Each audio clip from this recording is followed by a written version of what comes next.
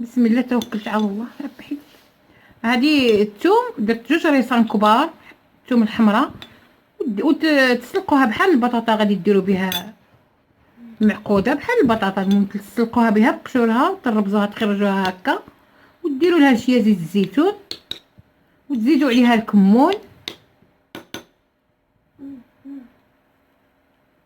معلقه تاع كمون صغيره، وتبقاو تحركوا وتخليوها حتى تطلب، وتاكلوا معلقه.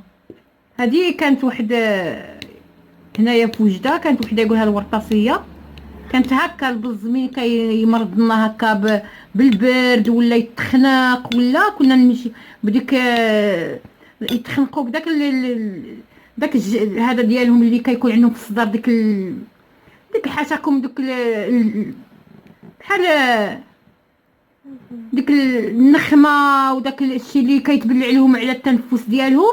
كنا نمشيو عندها وكانت هكا توكل البز، نعقلوا عليها بحال هكا، كانت توكلهم، نمشيو نديو البز توكلهم هكا.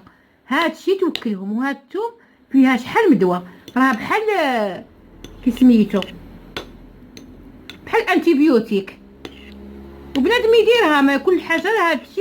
هاد الشيء ما ياكلو غير الدواء نتاع العرب والله. وديروها وتوكلوا على الله وقولوا بسم الله وربي يجيب الشفاء، والله يبعد علينا هذا المرض وصافي. هذا ما نطلبوا، ندعيو الله سبحانه، ونكونوا ان شاء الله وندعيو الله ونسبحوا ونتقوا الله، وندعيو الله كاع المسلمين وكاع الجاليه المغربيه مساكنهم اللي راهم فيها كاع كثر كاع، والله يشافي والله يجيب شي رحمه وصافي.